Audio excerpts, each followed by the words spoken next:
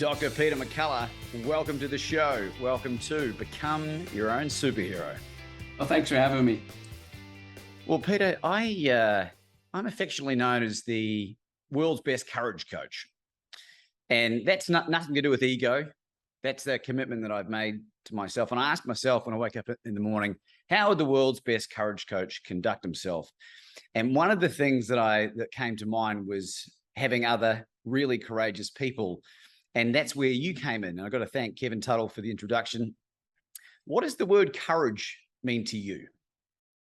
Courage means the characteristic of facing an adverse situation without fear or concern regarding consequences to oneself. And I think that's a solid definition. It's something that really is in the job description of people in the military, firefighters, police officers. It's not necessarily something in the job description of a doctor or even a character coach.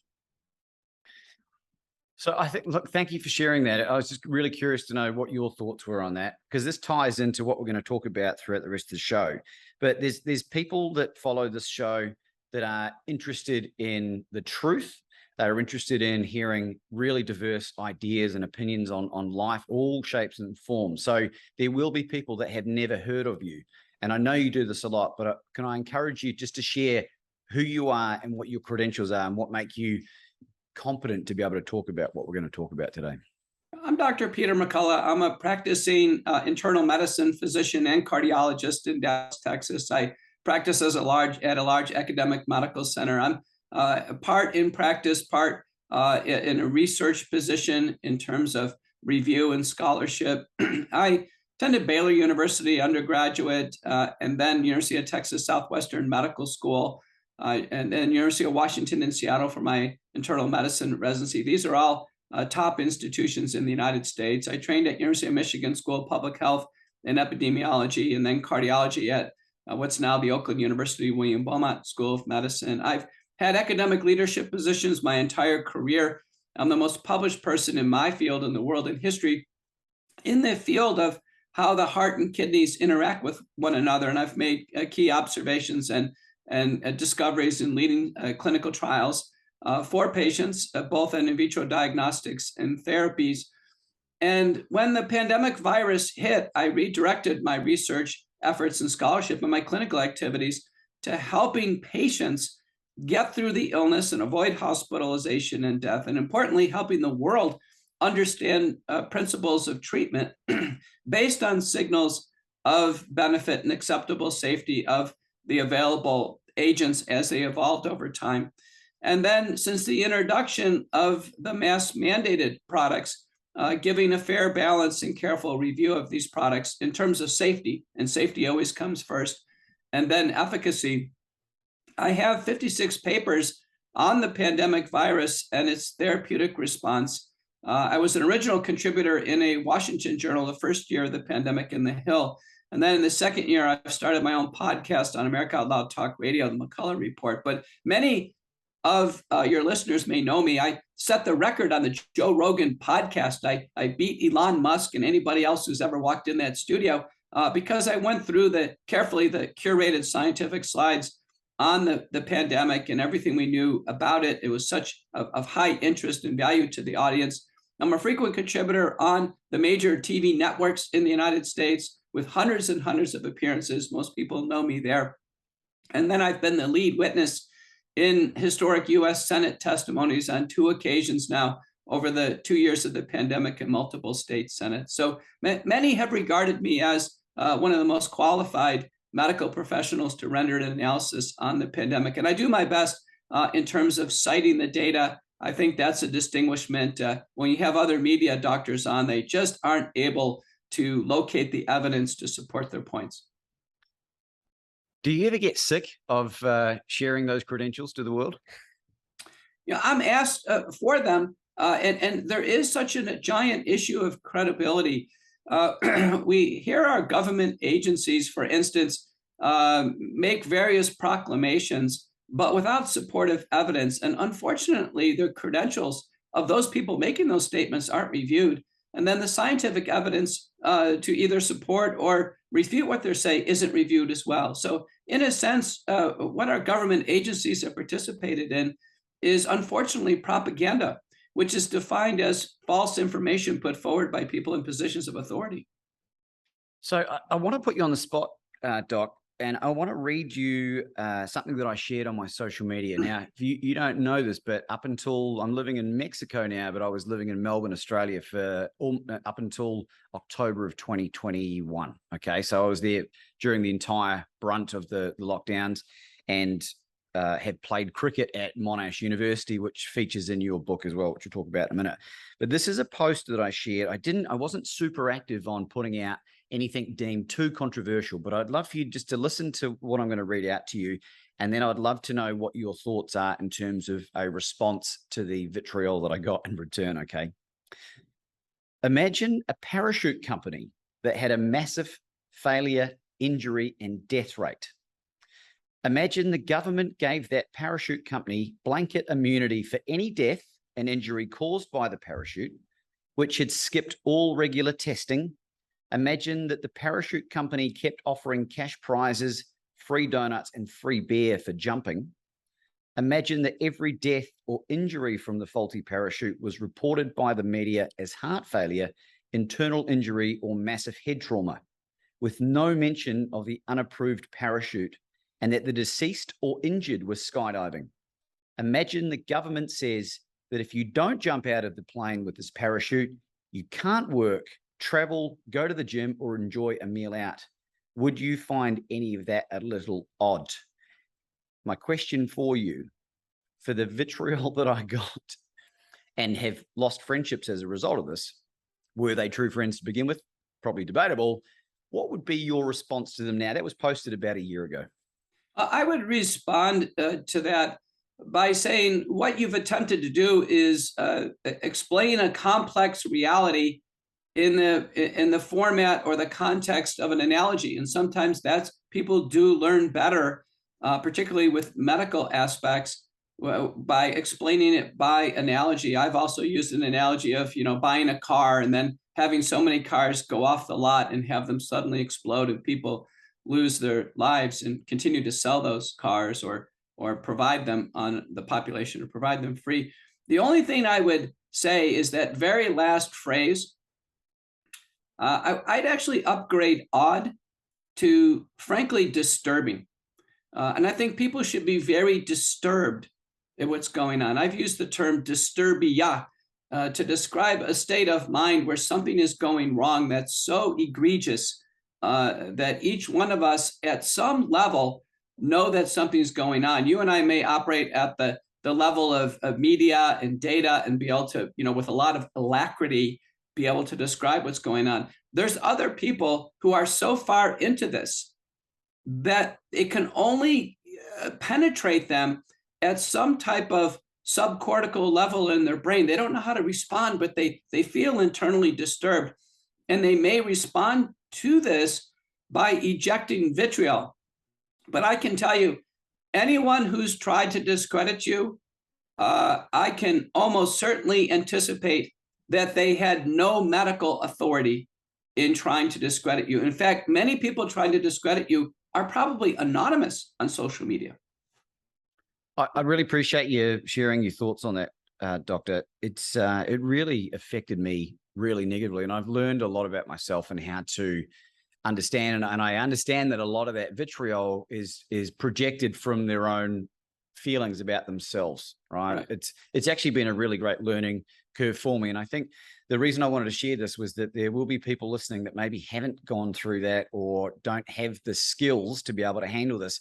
What I've experienced pales into comparison to what you have gone and the I'm going to say losses, because I don't really believe that they are losses, even if it might seem like it, the way that you've handled the adversity and the constant barrage from really everywhere and to stand strong in the face of adversity.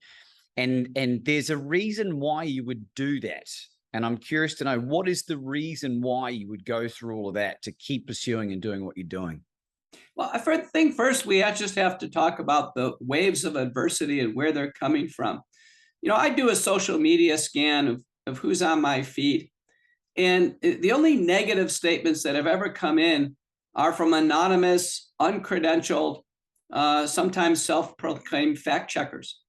I've actually never received a negative comment from any doctor of any medical standing anywhere in the world. I mean, this is a very important point. Never.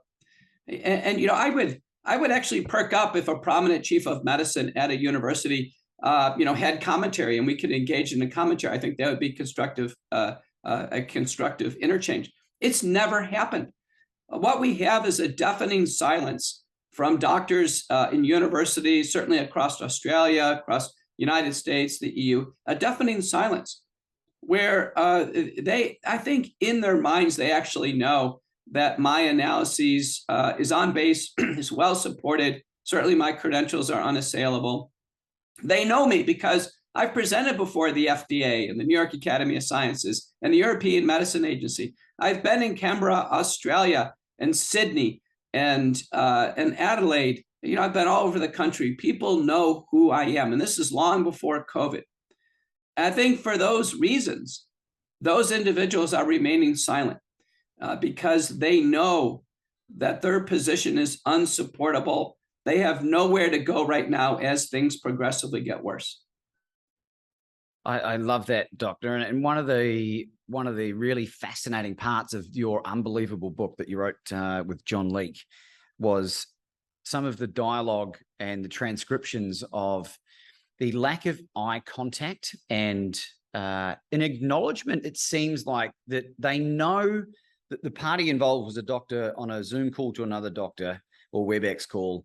And it seemed like they knew what they were doing was wrong, but they were too cowardly to be able to say, I'm wrong, or there was ulterior motives and people are putting external pressure. Is that a fair observation? It's true. I had an interview yesterday and the word controversial came up, and we actually discussed what is controversial. So when we take the onset of the pandemic illness, my viewpoint is it was potentially fatal or could land people in hospital. And so a conservative, non-controversial view was to do everything we could for the patient to attempt to treat them with the best, methods we had available at the time and be willing to adapt and upgrade over time. But to be conservative and to do our best to prevent hospitalization and death in high-risk individuals. And that's really the topic of this book, which is told in a narrative. And a narrative is a story which is all true. It's nonfiction, but it basically tells the story of that conservative, mainstream, non-controversial position. No patient would ever be upset about a doctor caring about their condition. What was controversial were doctors that said, I don't care. I'm not going to treat this. I'm going to sit on the sidelines and just let the illness progress and have patients end up in hospital. And what was even more controversial was for public health agencies and governments to take that stance. And then even worse, which is not just controversial, but it's frankly nefarious, is to have agencies block doctors' attempts to help patients through the illness. I adored this book, Doctor, and I finished reading it this morning, and I like to finish it right before I do these, so it's all fresh in my brain. The book is called The Courage to Face C-19, Preventing Hospitalization and Death While Battling the Biopharmaceutical Complex. And you wrote that with John Leake. It is honestly one of the most unbelievable books that I've ever read. And I've read a lot of books, Peter. I would encourage anyone listening to this to read the book, because you will come out the other side of this with 99.999% more knowledge than most of the global population, in my opinion. You did such a great job. And the book, once you get to 85% reading it on Kindle, it's finished. And the rest of the 15% is made up of the references. So you can cross-check everything. It is so unbelievably credible that if you can go through and you can find any holes in it, then more power to you. Well, we have nearly 300 reviews on Amazon. It's bestseller. in viral diseases, communicable diseases, and true crime. And that's what, John Leake, who's the principal author, he's a full-time author. It's what he does. He's already had bestsellers about individual true crime novels. He grew up in Texas, but spent most of his life in Vienna, Austria, as a medical translator and then a forensic examiner and investigator. And he is very skilled and trained in the historical connections to what's going on. So you'll see him move through the book and draw certain similarities to even things several centuries ago, like Semmelweis in Vienna, Austria, and hand washing, and the reaction to that as a measure to reduce infections, all the way to Purdue Pharma and House of Pain in the opioid pandemic, and how big pharma has had now such a giant influence in moving things in the world. But we've never seen such a collaboration. We call it the biopharmaceutical complex. And, at the very top is the World Economic Forum, the World Health Organization, the Gates Foundation, the entity they formed, which is the Coalition for Epidemic Preparedness and Innovation, CEPI, which actually has a goal of providing mass products for inoculation for each pandemic coming, and they actually anticipate pandemics coming. They're actually designed to do that. The US CDC, NIH, FDA, Gavi, Wellcome Trust, the major countries in the world, all collaborating, China playing a huge role. But there is, it appears to be an attempt to, in a sense, establish a new world order through the context of a global health emergency. And as long as a health emergency is declared, this biopharmaceutical complex has figured out a way, with no oversight, no accounting principles, no audits. They found a way to drain the treasuries of the world and institute this plan. But the plan is heavily dependent on the population accepting these products on a regular basis. And with the current pandemic virus, that means every 6 months. I want to go down a slightly different pathway just for a second, Peter.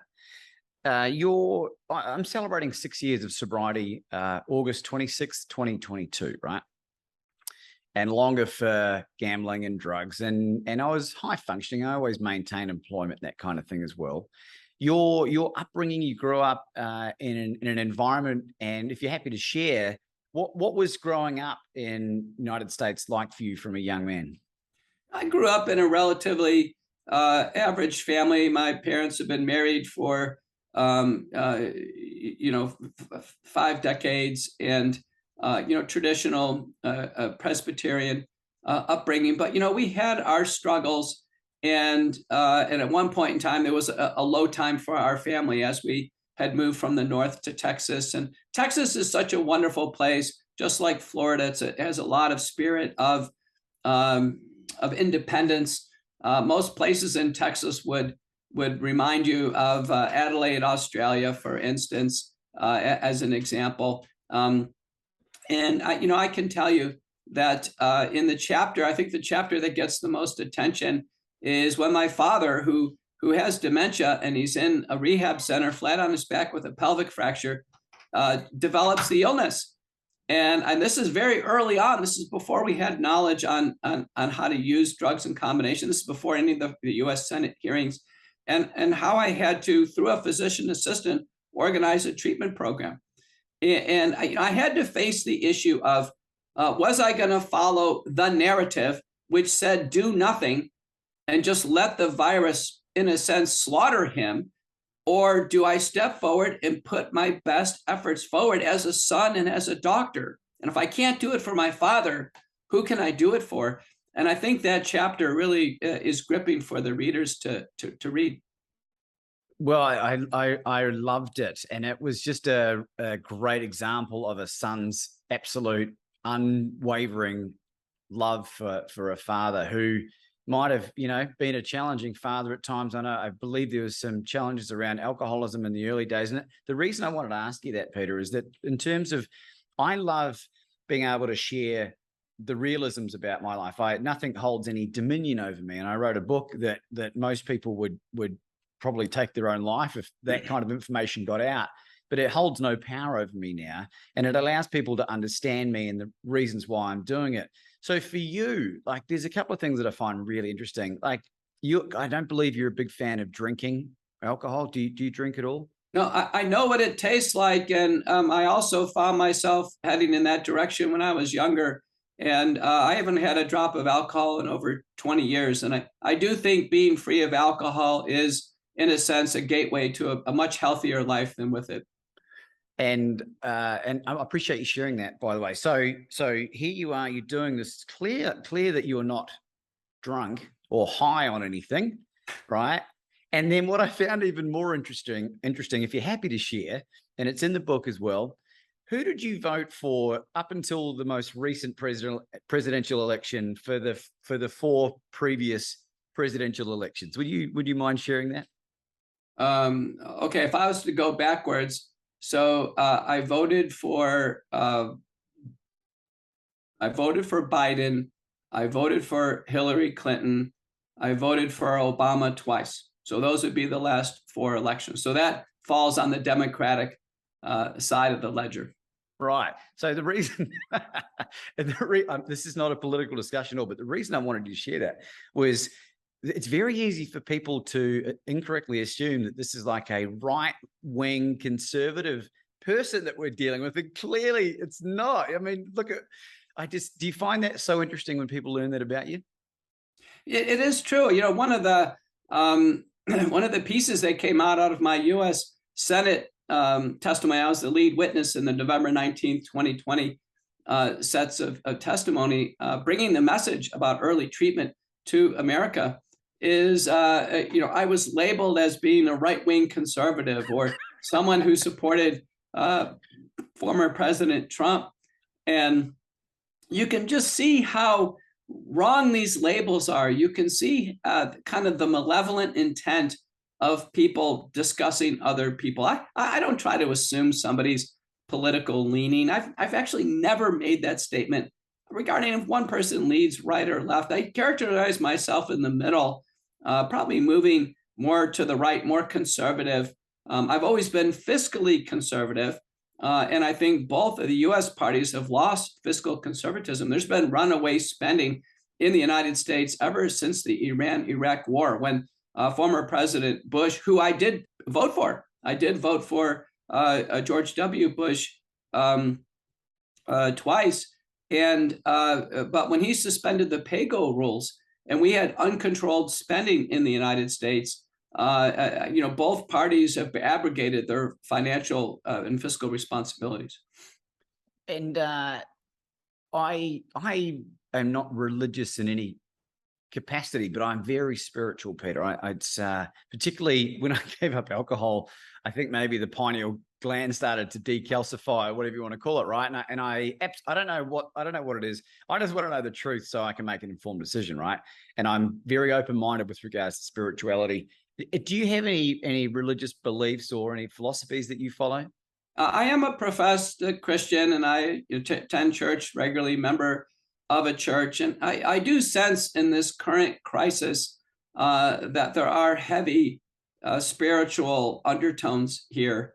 And in fact, in many ways, we're in a crisis where we see certain actions that can clearly be classified as evil or having bad intent. And then we see other actions that are completely on the side of good and beneficence. So I think people can see this.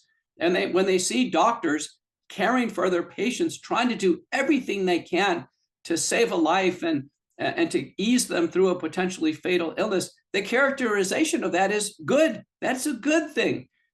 And then when they see doctors who absolutely positively will not do anything to help patients and heavily supported by their governments in not doing anything for patients, that can be viewed as being bad or evil. And again, I really appreciate you sharing that, because I think it's whether you believe in, whether you're religious or you're not religious, it seems like there is something really spiritual happening in the world Do you have any hard evidence of what is going on in the world right now? I think that the fairest thing to do is to just interpret the public statements that have been made, let's say, over the course of the last 2 decades. Interpret the public statements in a sense prima facie, meaning just interpret them as they are given, and we characterize them in the book. So, for example, worldwide billionaire turned philanthropist Bill Gates, following really the same path as John D. Rockefeller, entrepreneur, financial and industrial magnate turns philosopher. When Gates had the public utterance in a TED talk that a method to reduce the world's population would be through mass vaccination, when those words were uttered, I think people should take them seriously. When Gates said that, and I believe this is around 2010, when he said the next decade is going to be the decade of mass use of products by injectable means to prevent disease, I think it should be taken very seriously. When in the U.S., and I think it was done elsewhere, when the big campaign started with the release of these products under emergency use authorization, when the billboards went up and it said a needle in every arm, I think everybody should take that as an important statement. I'll give you one more. When Klaus Schwab, who heads the World Economic Forum, just a few months after the onset of the crisis, when he writes a book called The Great Reset and says that this health crisis is going to be used as an opportunity to set a new world order, I think people should take those utterances seriously. Why shouldn't we take them seriously? And we try to interpret what's going on. Schwab published a book for a reason. And I think it really was to tell people what was going on.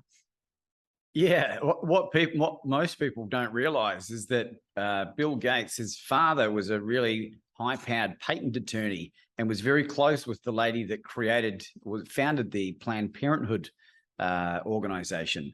And Bill Gates was mentored by this woman who was they were part of the Eugenics Society, which is a part of keeping the population of the planet down to 500 million, if I'm not mistaken. It's not like you're digging this information up out of some obscure library that's been boarded over. This is all public domain. This is what I find so fascinating about the whole experience. It's true. Everything is in the open. Another nice book to quote is by Peter Breggin. And the title is the pandemic virus and the global predators. We are the prey. And I wrote one of the introductions for that. Now, Breggin's book is different because it is a medical historical book. It has 1,100 citations, and it gives the facts. It just literally gives the facts. And in the back of the book is a timeline. And in the Breggin book, the timeline lists 36 pandemic preparedness events that have occurred over more than a decade, where this was prepared for and planned. This is very important. And 25 of them generated documents that you can review to see how it was planned. And 6 of them were actually filmed. They were actually meetings. You can go review and see what was said. But what we've learned is this largely looks like from the beginning a U.S. government operation. I think this is very important. And that the U.S. government, through the National Institutes of Health, has a division called BARDA. And BARDA deals with biologically active threats that could be used against populations. And then the U.S. military has a unit called DARPA, which is actually the defense against these biologically reactive agents. And these are tandem programs. So there is a program for aspergillus. There is a program for anthrax. There is a program for smallpox and related orthopox viruses. And in fact, there was a program after the first crisis, the 2003 viral crisis that landed out of China and into Canada. Since that time, there was an actively funded U.S. program to basically work and manipulate the virus to see how threatening it could be to the U.S. To a human body, and then to actually in tandem develop solutions, whether they be monoclonal antibodies or other preventive measures. And these are published in papers in the peer-reviewed literature. So that one of the two seminal papers, the first author is Vineet Menachery, and the senior author is Ralph Barrick. And they were published in Nature and PNAS, which are two very good journals.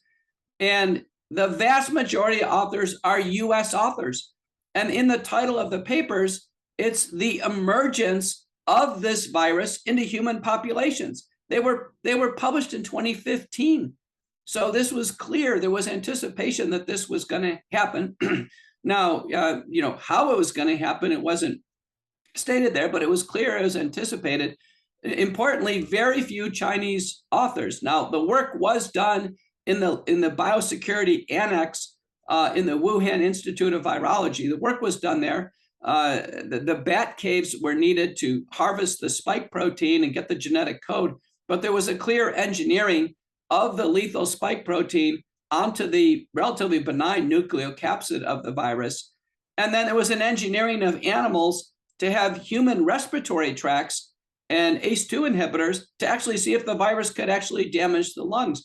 So it's in these papers, so this is in the open. What Bregan points out is this is in the open. This looks like a US government operation, BARDA and DARPA, that actually went bad. And when it went bad and it got out, you could see the reactions, and that explains a lot. So that explains why Moderna had a material transfer agreement and a patent co-written with the US National Institutes of Health before the release of the virus. That's how Moderna announced there was a vaccine, like just a few days into the announcement of the worldwide emergency. That's the reason why it was all there. It wasn't developed with Operation Warp Speed. It was all in development. You can actually just read the documents and papers. So, there's been movies, Plandemic 1, Plandemic 2. There's a lot of exposure to this. I think people feel burned because if this was a government operation, and in a sense, whether it be by happenstance or by planned intent, it's released on the world, it's caused a lot of hardship, suffering, economic crisis on the world that clearly did not benefit from this government operation. Peter, there's plenty of information out there about what you've just explained, and it can all become a little bit doom and gloom for people, particularly if they end up spending way too much time down there. What advice would you give people that would like a solution in terms of decision-making going forward? Whatever's been done to this point is done. What advice would you give them in terms of how to make the best decisions going forward? I think each and every person ought to assess their own body in terms of their health and have an understanding that, listen, there is a viral threat out there. And step one would be if it's acquired, and it appears to be inevitable. It appears as if every single person is going to have this. The word inevitable has come up now in terms of spread. The whole goal is to be able to get through this and survive it. Now, the virus itself has done the greatest service of all. It's actually mutated to a very benign form of the virus, meaning it's similar to a common cold for the vast majority of individuals. So it's only the most frail among us who are under threat. But to the extent that each and every person can improve their health, their fitness, lose weight, a healthy diet, there appears to be some nutraceuticals and supplements that are helpful in prevention. Vitamin D, notably the most important one. That literature now is very extensive on this. There's an important relationship between vitamin D and viral invasion. It actually may have to do at the level of the cell surface ACE2 receptor. That's clear.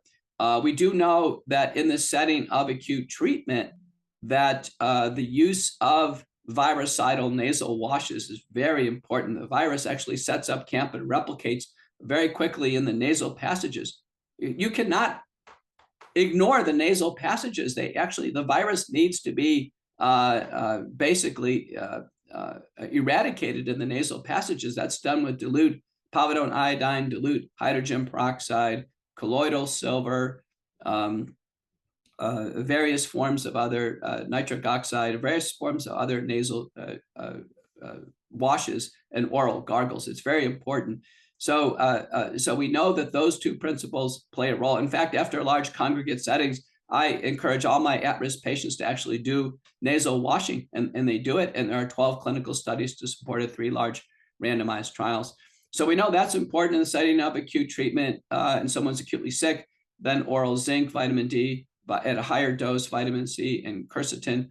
Oral famotidine, which is over the counter in the United States, has an antiviral effect. And then we move into what's called sequence multi-drug therapy. I won't go through all of it, but I published the seminal papers teaching the world how to treat the illness and avoid hospitalization and death. And I had the academic strength to do that against really a tide of therapeutic nihilism. The journals were not going to allow any ray of hope for patients. And so the journals, the medical journals, appear to be in lockstep. They're not fair balance at all. They will have paper after paper after paper on the genetic products that are loaded on lipid nanoparticles. And so every single permutation there, but any hope on early treatment is suppressed, blocked, delayed.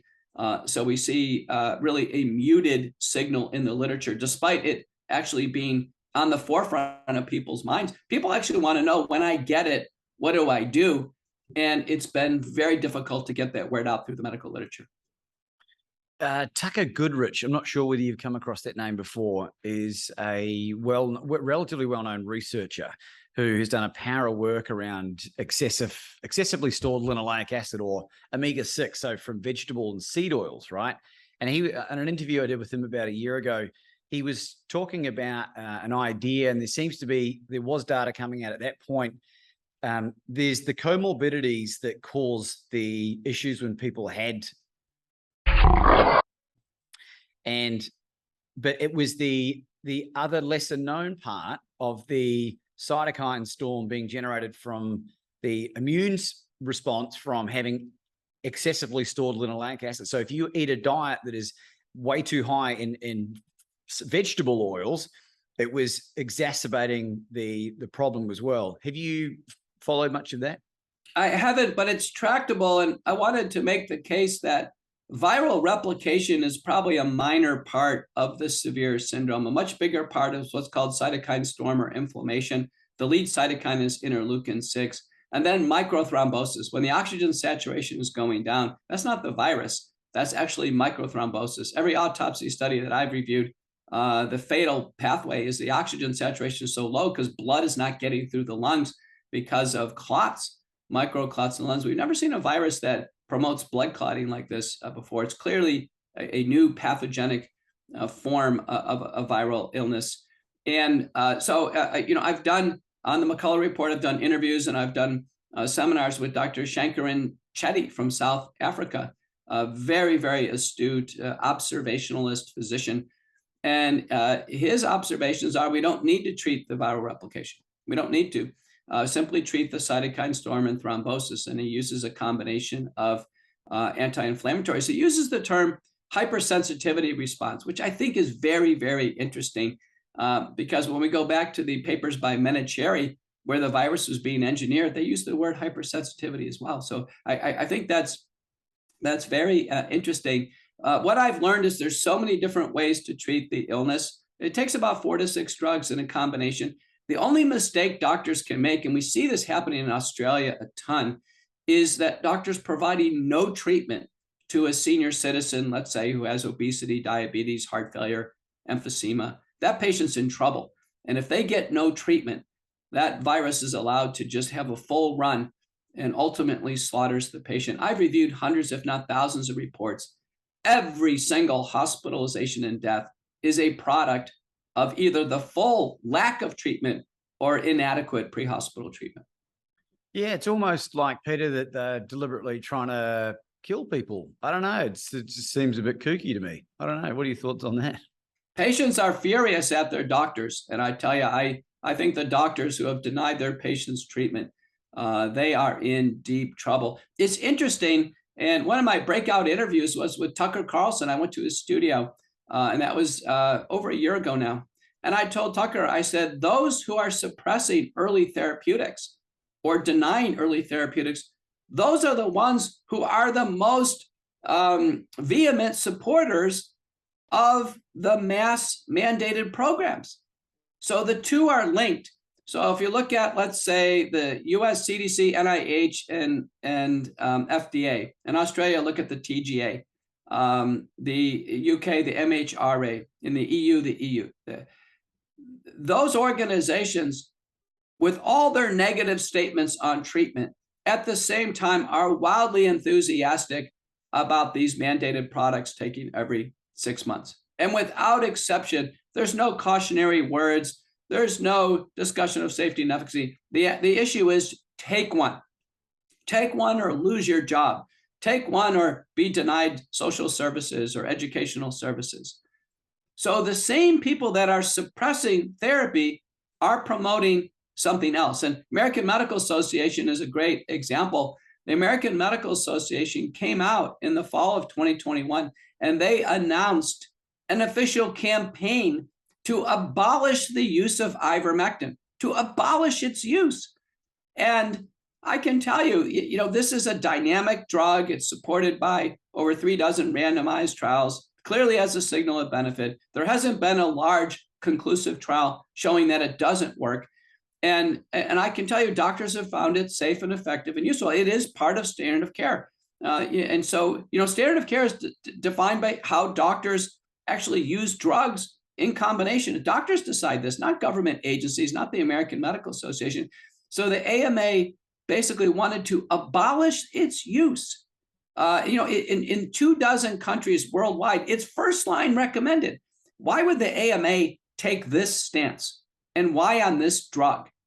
It's extraordinary. At the same time, the American Medical Association is in an unbridled fashion, with being willfully blind to safety issues, supporting the every 6-month administration of genetic products. It's astonishing that the two are linked. And even the modern versions of drugs, this is interesting, even the emergency use authorized monoclonal antibodies, which are safe and effective. I've used them in my practice for 2 years.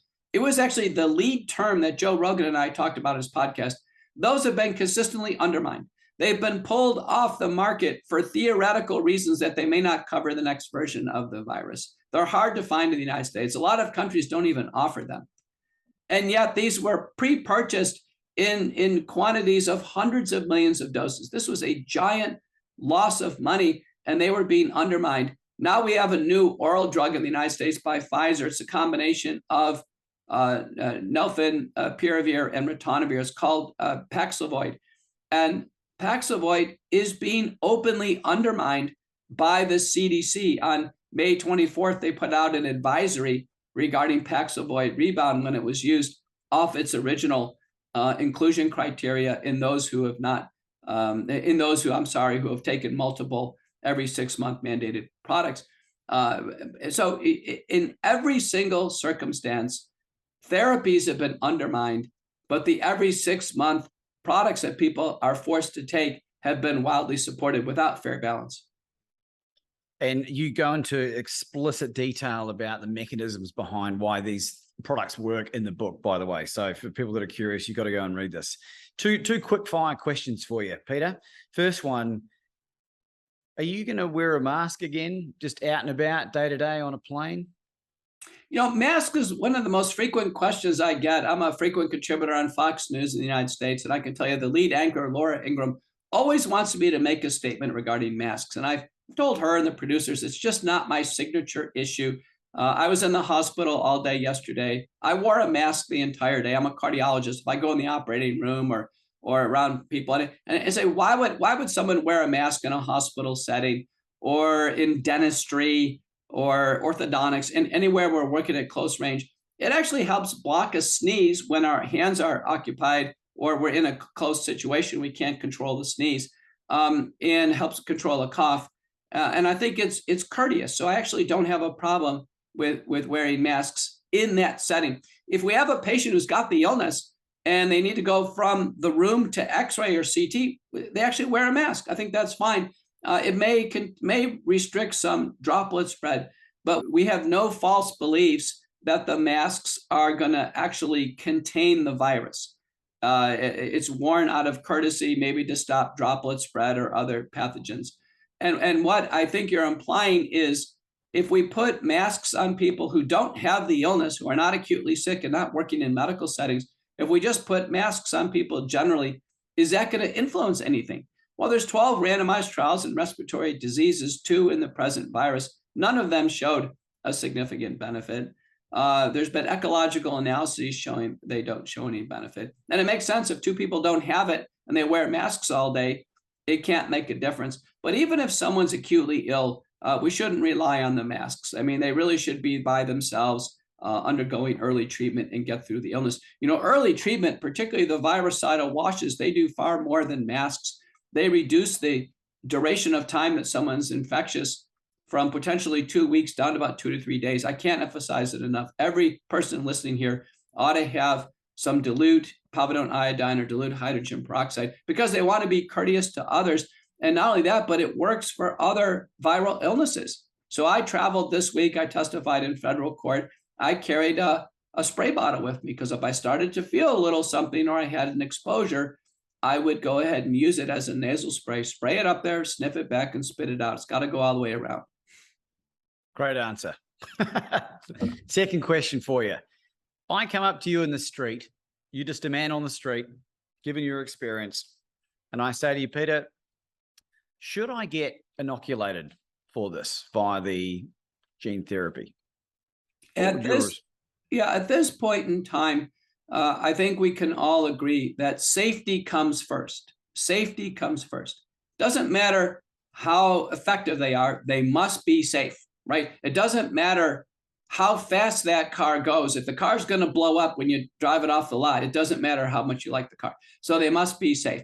So if we examine safety on June 11th, 2022, after several calls regarding cease and desist, the World Council for Health, that's headquartered in the UK, represents over 70 non-governmental organizations, put out a global recall for all the products, all of them. Okay, Pfizer, Moderna, AstraZeneca, Johnson & Johnson, as well as the antigen-based vaccines and the whole virus vaccines. And why did they do that? They did that because there are 39 databases worldwide keeping track of outcomes. They focused on 4 big ones: the US CDC VAERS, the Yellow Card system, the EU UDRIS system, and the WHO VisaSafe system. In those systems, there's over 40,000 deaths that have occurred shortly after taking one of these. 40,000. And they give historical examples of products being pulled off the market after just a handful of events. But 40,000 is way more than 5 or 10 or 50. It's beyond any acceptable limits. There clearly are now millions of injuries, disabilities, and this is occurring worldwide. It's consistent in the medical literature. There's over 1,000 peer-reviewed papers. We can't predict who this is going to happen to. That's actually the disturbing thing. So the next person on the street who walks up to me, I have no assurances that they'll be alive, that they'll survive it, or they'll come out without injury or disability. And then everyone agree, we don't have any long-term assurances on safety at all, none. We know the genetic material lasts in the body far too long. The spike protein generated lasts in the body for well over a year. None of this looks safe to even entertain. And then on efficacy side, most studies now are down to near zero efficacy. It looks like they do nothing against the most modern strain. So the net analysis here would be to defer or decline these. Okay, thank you for answering that question, by the way. Peter, where can people find you, sir? You can find me. I have a link tree, petermcculloughmd.com. That gives a link to all the different sites, including couragetofacecovid.com. That's our website for the book. And then go to America Out Loud Talk Radio, McCullough Report. I issue talk radio on Saturday and Sunday. It's worldwide, it's free. And then it goes on the Apple, iPod, iHeart network on Tuesday. I interview people from all over the world. I've had people on from Australia, from South America, Central America. And these are uncensored platforms. Books can't be censored. And people understand right now there is an active censorship program that's trying to suppress the truth to Americans and to people in the world. And they are gravitating to authoritative sources of truth. I wanted to thank you from the bottom of my heart, Dr. Peter, for the work that you are doing, and to say that it was exciting to know that you and I were going to spend some time together was it's an understatement, really. I found out a few years ago that I'm related to Winston Churchill on my mother's side, and it explains a lot about who I am and the person that I've become. And I'll reiterate this again. I just want to know the truth so I can make an informed decision. That's all. And I think that's what the direction that you're heading in, if not already there. Is that a fair assumption? Sure, that's all we want to know is we just want some fair presentation. It's a novel thing. It hit us. None of us, most of us were not thinking about this 5 years ago. Some people were, I wasn't. And we just want to know what to do. As a doctor, I feel responsible for my patients. As a family member, I'm responsible for my family members. And we just want to make the best decisions and be fair about it, really, and be dispassionate, I think, about the evidence review. And I think we're so disturbed what we've seen from governments and worldwide bodies and these public utterances that have come out over time. I think everybody should be disturbed and alarmed. But I'll say one thing. There is one court that's open, and it's the court of public opinion. And public opinion in the end will prevail against all of these adverse forces. Ladies and gentlemen, Dr. Peter McCullough.